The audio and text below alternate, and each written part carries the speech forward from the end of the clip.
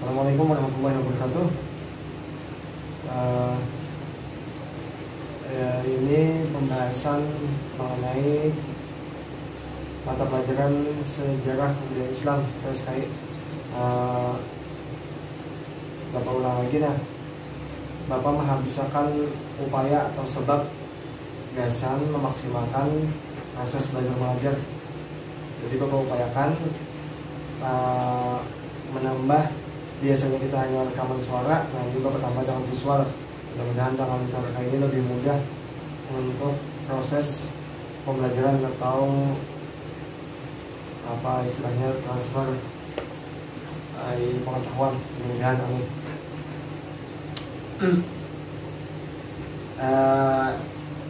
Lalu masuk ke bab yang mujaddid ini, pembaharuan Islam tuh. Pembaharuan Islam. Nah, istilah pembaharuan ini bahasa di dalam buku yang dipakainya mujaddid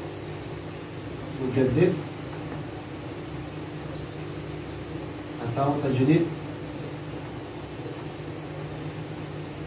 Pembaharu ini dimulai, yang mulai marak proses pembaharuan dalam Islam ini di abad ke-18 mulai maraknya. Artinya sebelum-sebelumnya istilah pembaharuan ini kada terlalu dipakai gitu nah. Walau memang Islam itu memang terbaharu seiring dengan waktu. Sebab kalau dimasukkan ke dalam satu pandangan, contoh di abad ke-8, ke-9 Imam Al-Ghazali pun termasuk sebagai mujaddid di bidang tasawuf atau filsafat. Karena di zaman sebelumnya dianggap filsafat itu merusak agama di zaman sebelumnya, sedangkan Imam Al-Ghazali masuk dengan membawa pemikiran filsafat, walau di situ lebih khusus ke filsafat Islam atau tasawuf, pun juga namanya mujaddid. Dan beberapa hadis bagi Rasulullah menyebutkan bahwa di dalam riwayat Imam Al-Hakim bahwa setiap 100 tahun Allah akan turunkan pembaharu mujaddid dalam agama.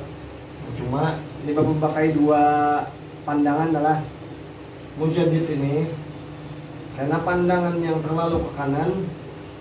Di sini maksudnya karena pembaharu agama itu yang membawa ke kemurnian menurut pendapat yang terlalu ke kanan. Nah, sedangkan ke sini karena yang dimaksud mujaddid per 100 tahun sekali itu ini kan 100 tahun sekali. Nah, menurut yang ke kiri di sini maksudnya kemudian di buku adalah bahwa menjelaskan maksud dari hadis itu. Nah, di sini maksudnya wali kutub. Setiap 100 tahun sekali Allah akan ciptakan wali kutub pada setiap zaman atau setiap era. Karena baginda Nabi itu mencirikan satu zaman itu dengan kurun atau per 100 tahun. Nah, sedangkan pendapat di kami ini karena yang memurnikan agama, karena arahnya ke situ. Walau padahal pembaharuan di sini arahnya ke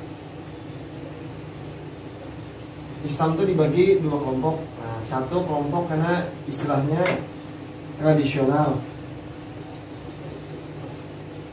yang ke kanan karena modernis. Yang modernis ini sebab pembaharuan. Sebagian karena menganggap proses modernis ini pemicunya Barat, Eropa yang memicu pembaharuan Islam. Sebagian karena menganggap kayak itu, karena menganggap yang tradisional ini atau konservatif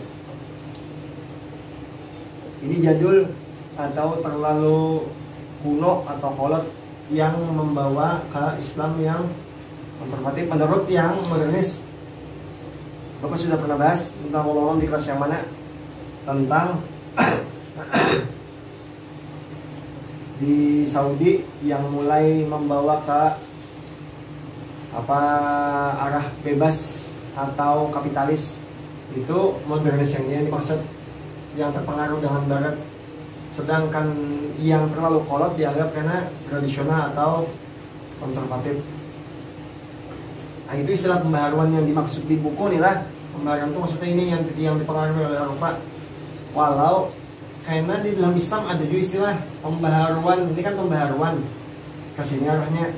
Tapi dalam Islam secara garis besar ada pembaharuan Islam. Nah, pembaharuan Islam di sini maksudnya Islam yang ikut dalam perkembangan zaman. Nah, perkembangan zaman itu maksud dari pembaharuan Islam. Artinya ini akan merubah atau merusak nilai asas dari Islam, tetapi Islam itu bisa mengikuti keadaan atau perubahan zaman. Misalnya di zaman kita sudah ada apa itu Al-Quran di HP. Bolehkah baca Al-Quran di HP? Boleh. Wajibkah wudu? Sebagian ulama jumhur menyambat tetap wajib wudu karena dianggap HP-nya tetap ada mengandungi Al-Quran waktu dibuka HP-nya. Jadi dibayangkan menurut ulama mengkiasnya HP itu kayak dompet atau tas. Waktu kita mengangkat tasnya kita ada wajib wudu, tapi waktu mengambil barang di dalam tas, kalau Quran yang kita ambil tetap wajib wudu. Nah, ulama ulah kias kayak itu. Ini yang dimaksud pembaharuan Islam. Tapi Islam itu mengikut dengan keadaan zaman. Itu satu. Misalnya contoh yang lain, yang terbaru, nah, misalnya metaverse. Tentang di metaverse itu boleh kadanya menikah, boleh kadanya di dalam metaverse karena berhaji dan lain-lain. Ini Islam boleh menjadikan itu sebagai sarana manasik haji, tetapi kadang kau menjadikan itu sebagai syariat haji. Itu yang dimaksud pembaharuan Islam yang di sini secara umum nih. Islam itu maju ke arah modern, tetapi kadang merubah nilai asas dari Islamnya sendiri. Nah, itu pembaharuan Islam yang dimaksud menurut Islam. Lain pembaharuan Islam yang terlalu ke kanan menurut bangsa Barat, yang Islam itu kada wajib lagi berkerudung, Islam itu kada perlu lagi harus menikah karena di zaman ini sudah agak bebas dan lain-lain seputar itu. Ini kada masuk.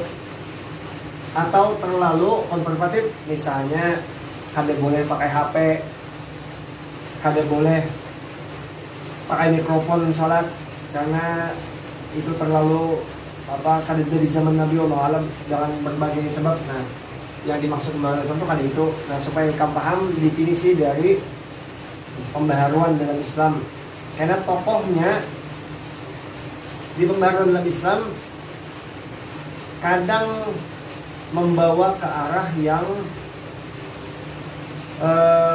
terlalu ke Eropa, kadang juga tetap menjaga nilai keislaman, tergantung si tokoh.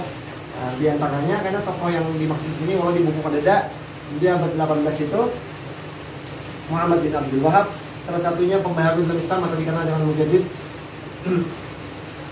Dia malah membawa ke secara bahasa kemungkinan menurutnya, tapi di dalam buku ada kayak Adipasa itu membawa ke arah modern supaya jangan terlalu terkurung di dalam satu pemahaman menurut Adipasa.